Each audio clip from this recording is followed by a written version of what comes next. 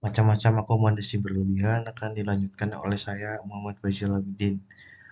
Akomodasi berlebihan dibagi menjadi tiga, yaitu akomodasi berlebihan sensoris, akomodasi berlebihan ketergantungan, terus akomodasi berlebihan intergroup.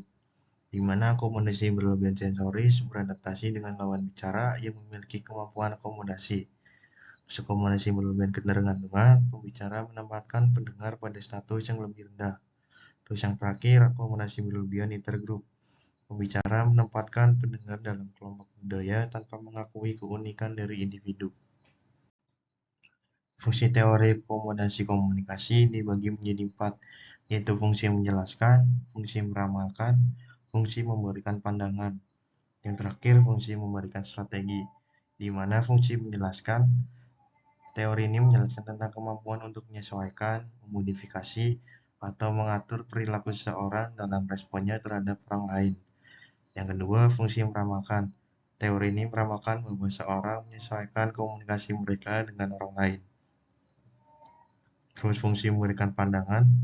Teori akomodasi komunikasi menurut pandangan Howard Giles dan koleganya berkaitan dengan penyesuaian interpersonal dalam interaksi komunikasi. Yang terakhir, fungsi memberikan strategi. Teori akomodasi komunikasi memberikan strategi tentang konflik yang rasional meskipun mengakui adanya konflik antara komunikator. Teori ini telah mengabaikan kemungkinan sisi gelap dari komunikasi. Kemudian ada topik kedua, teori pengurangan ketidakpastian. Teori pengurangan ketidakpastian, Uncertainty Reduction Theory atau URT, atau teori pengurangan ketidakpastian.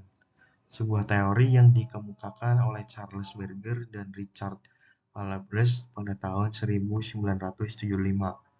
Tujuan mereka menyusun teori ini adalah untuk menjelaskan bagaimana komunikasi digunakan untuk mengurangi ketidakpastian di antara orang asing yang terlibat dalam pembicaraan satu sama lain untuk pertama kalinya. Versi umum dari teori ini menyatakan bahwa ada dua tipe dari ketidakpastian dalam perjumpaan. Pertama, yaitu cognitive urgency, behavioral urgency, di mana cognitive urgency merupakan tingkatan ketidakpastian yang dihubungkan dengan keyakinan atau sikap yang diyakini. Seorang akan berpikir bagaimana perilaku orang lain merujuk dari pemikiran orang tersebut.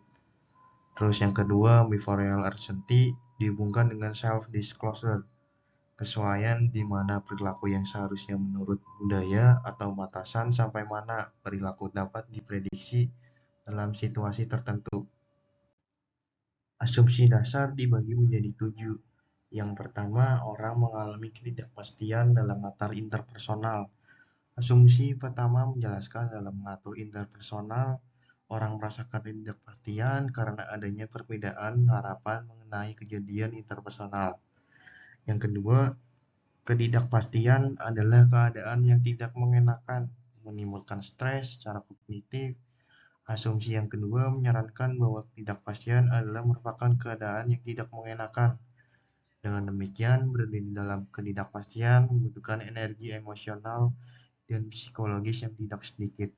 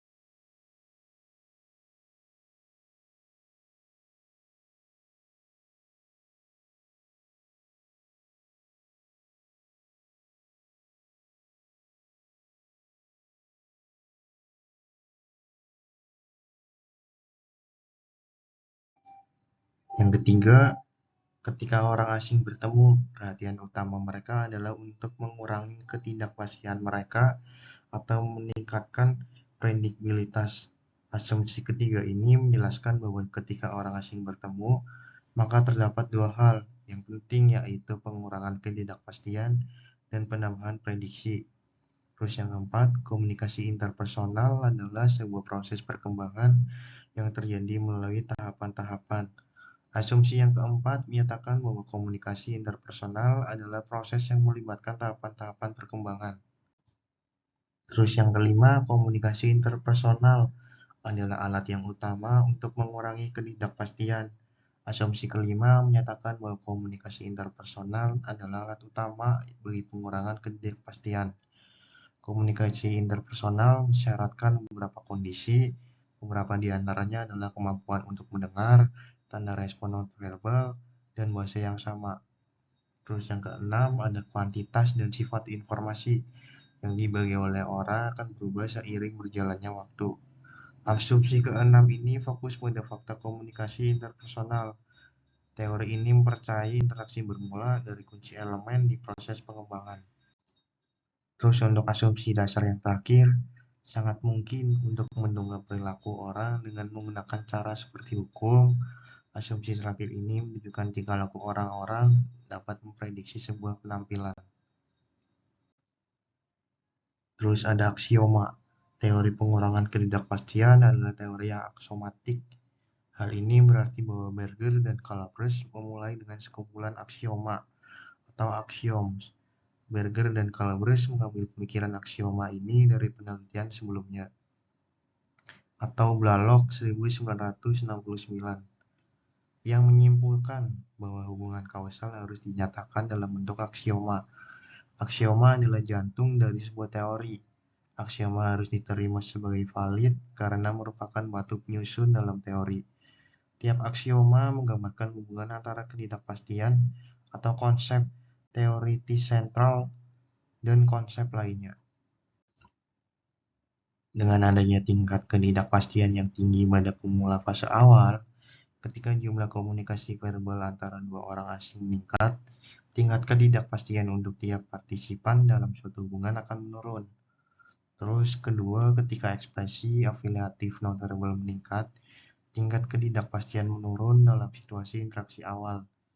Terus yang ketiga, tingkat ketidakpastian tinggi menyebabkan meningkatnya perilaku pencarian informasi. Ketika tingkat ketidakpastian menurun, perilaku pencarian informasi juga menurun. Aksioma ini menunjukkan hubungan yang positif antara dua konsep tersebut.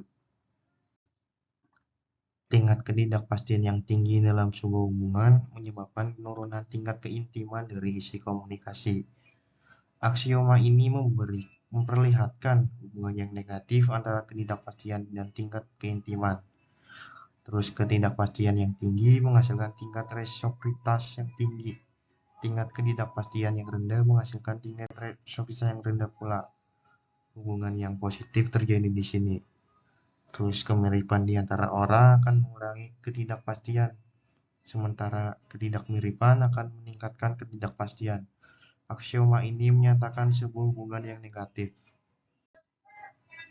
Peningkatan tingkat ketidakpastian akan menghasilkan penurunan dalam kesukaan. Penurunan dalam ketidakpastian menghasilkan peningkatan dalam kesukaan. Lagi-lagi hubungan yang negatif diperlihatkan oleh aksioma ini.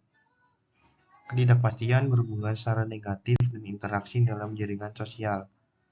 Makin orang berinteraksi dengan teman dan anggota keluarga dari mitra hubungan mereka, makin sedikit ketidakpastian yang mereka alami. Terdapat hubungan kebalikan atau negatif antara ketidakpastian dan kepuasan komunikasi. Dalam slide terakhir, kami menampilkan strategi. Berger menyatakan bahwa orang dalam usaha untuk mengurangi ketidakpastian menggunakan taktik-taktik dari 3 kategori strategi, yaitu pasif, aktif, dan interaktif. Strategi pasif adalah di mana seseorang mengambil peranan pengamat yang tidak mengganggu orang lainnya. Strategi aktif muncul ketika seorang pengamat mulai melakukan suatu usaha untuk mencari informasi yang intensif tentang orang-orang yang bersangkutan melalui orang lain. bertanya kepada teman, orang-orang yang bersangkutan tentang informasi yang dibutuhkan. Sedangkan strategi interaktif terjadi ketika pengamat dan orang-orang yang diamati terlibat dalam kontak secara langsung dan interaksi tatap muka. Sekian presentasi UAS dari kelompok kami. Terima kasih.